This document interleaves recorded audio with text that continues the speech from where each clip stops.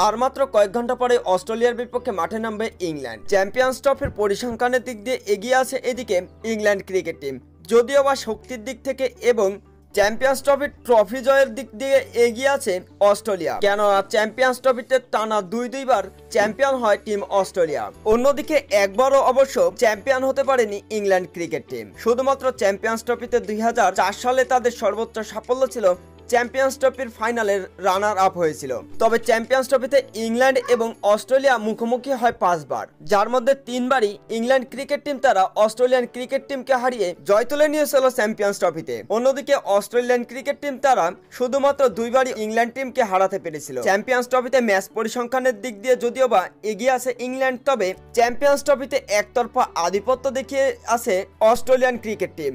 কেননা অস্ট্রেলিয়ায় একমাত্র ক্রিকেট টিম যারা চ্যাম্পিয়ন্স ট্রফিতে টানা দুইবার চ্যাম্পিয়ন হয়। চ্যাম্পিয়ন্স ট্রফির চতুর্থ ম্যাচে আজ অস্ট্রেলিয়ার বিপক্ষে মাঠে নামছে ইংল্যান্ড ক্রিকেট টিম। কে হবে আজকের এই ম্যাচে বিজয়ী, ইংল্যান্ড নাকি অস্ট্রেলিয়া? অবশ্যই কমেন্ট বক্সে জানাবেন।